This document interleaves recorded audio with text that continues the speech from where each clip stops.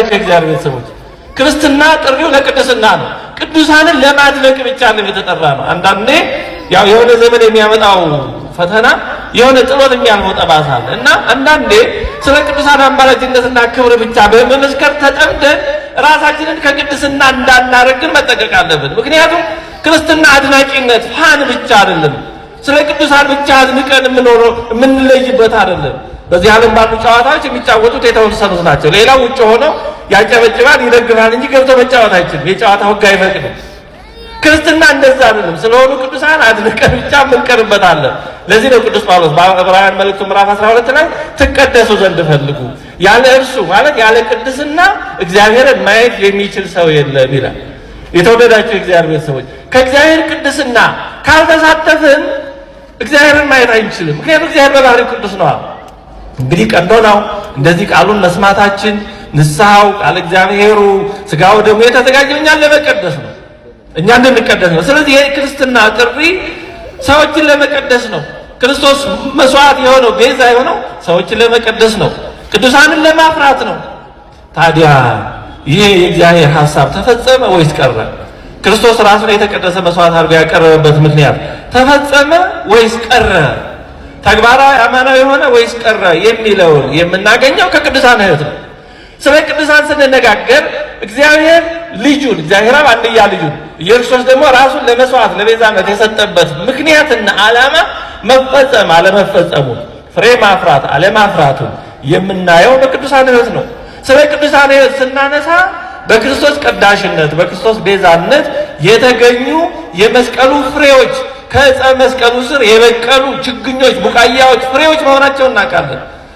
ስለ ቅዱሳን ካልተማር የቅዱሳንን የሕይወት ፍሬ ካላወቅን የክርስቶስ ቤዛነት ፍሬ ማፍራትና አለማፍራቱን በእርግጠኝነት እንዴት እናውቃለን? አዎ የእሱ ቤዛነት ፍሬ ያፈራል። ግን እንዴትና መቼ የት ላይ? ይሄን በተግባር የምናገኘው ከቅዱሳን ዜና ሕይወት ነው። ከቅዱሳን ገድላት ቅዱሳን ሕይወት ከሚናገሩ የተለያዩ መጽሐፍ ከስንክሳር ከገድላቸው ከመሳሰለው ነው። ወንጌል ዘር ነው፣ ቅዱሳን ደግሞ ፍሬዎች ናቸው። ወንጌል የሚነግረን ሂዱ፣ አስተምሩ፣ ስሩ፣ እንዲህ አድርጉ ነው የሚለው።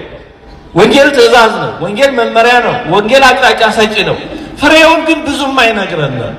ወንጌል የሚነግረን የጌታችንን ትእዛዛት ነው። በአብዛኛው የተወሰነ ትንሽ የወንጌልን ፍሬ የወንጌልን ተግባር ትንሹ የምናየው የሐዋርያት ሥራ የተባለው መጽሐፍ ላይ ነው። ግን የሐዋርያት ሥራ የሚነግረን ከ12 ሐዋርያት መጀመሪያ የተወሰነ ስለነ ቅዱስ ጴጥሮስ ስለነ ቅዱስ ያዕቆብ ይነግረናል እስከ ምዕራፍ 12 አካባቢ። ከዛ በኋላ ከምዕራፍ 13 ጀምሮ ግን ስለ ቅዱስ ጳውሎስ ነው በአብዛኛው በሱ ሐዋርያዊ ጉዞ በሱ ተጋድሎ ስለ ክርስቶስ ስለተቀበለው መከራ ዙሪያ ነው የሚነግረን። ከዛ ባለፈ ቅዱስ ማቴዎስ ምን እንዳደረገ፣ ቅዱስ በርቶሎሜዎስ፣ ቅዱስ ፊልጶስ፣ ሌሎችም ቅዱስ እንድርያስ፣ ሌሎች ሐዋርያት እንዴት ፍሬ እንዳፈሩ፣ እንዴት ወንጌልን እንደሰበኩ፣ ምን አይነት ተጋድሎ እንደተጋደሉ፣ ምን አይነት ፈተና እንደደረሰባቸው፣ እንደ በጎች በተኩላዎች መካከል እልካቸዋለሁ ብሏቸዋል። በምን አይነት ተኩላዎች መካከል እንደተጓዙ አይነግረንም መጽሐፍ ቅዱስ። እንደ በጎች በተኩላዎች መካከል እንደሚልካቸው ግን ነግሮናል። ግን እንዴት ተጓዙ፣ ምን መከራ ደረሰባቸው፣ እንዴት አለፉት በወንጌል ላይ ይህ ተጽፎ አናገኘውም። በሐዲስ ኪዳን ትንሽ ቅድም እንዳልኳችሁ በሐዋርያት ሥራ ላይ ነው የምናገኘው። የሐዋርያት ሥራ ቅዱስ ጳውሎስን ሮም እንደታሰረ ነው የሚተው። የሐዋርያት ሥራ ምዕራፍ 28 ድንገት ቅዱስ ጳውሎስ ሮም በቁም እስር ላይ እንዳለ ያቆማል። ቅዱስ ጳውሎስ ከዛ በኋላ ይፈታ ይገደል አይነግረንም። ከዛ በኋላ ባሉ የቤተክርስቲያን ታሪክ መጽሐፍት ነው ቅዱስ ጳውሎስ ምን እንደሆነ የምናገኘው። የተወደዳችሁ የእግዚአብሔር ቤተሰቦች፣ ስለዚህ ስለ ቅዱሳን ስንማር ስለ ወንጌል ፍሬ እየተማርን ነው ማለት ነው።